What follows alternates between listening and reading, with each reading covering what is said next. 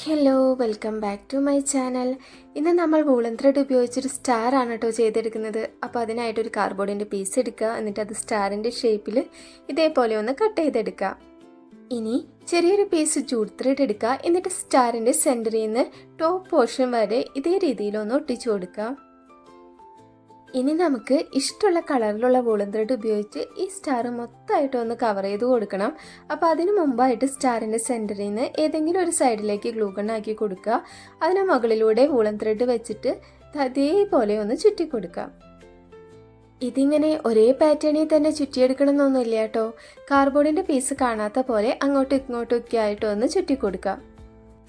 അതായത് നമ്മുടെ ഈ ഫുൾ സ്റ്റാർ വൂളൻ ത്രെഡ് വെച്ചിട്ട് ഒന്ന് കവർ ചെയ്ത് കൊടുക്കുക.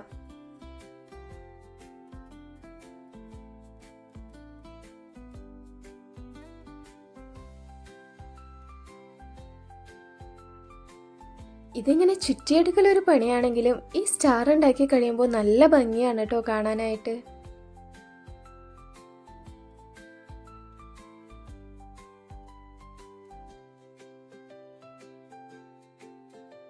എത്ര ഈസി ആയിട്ടാണ് നമ്മൾ ഈ സ്റ്റാർ ചെയ്തെടുത്തത്.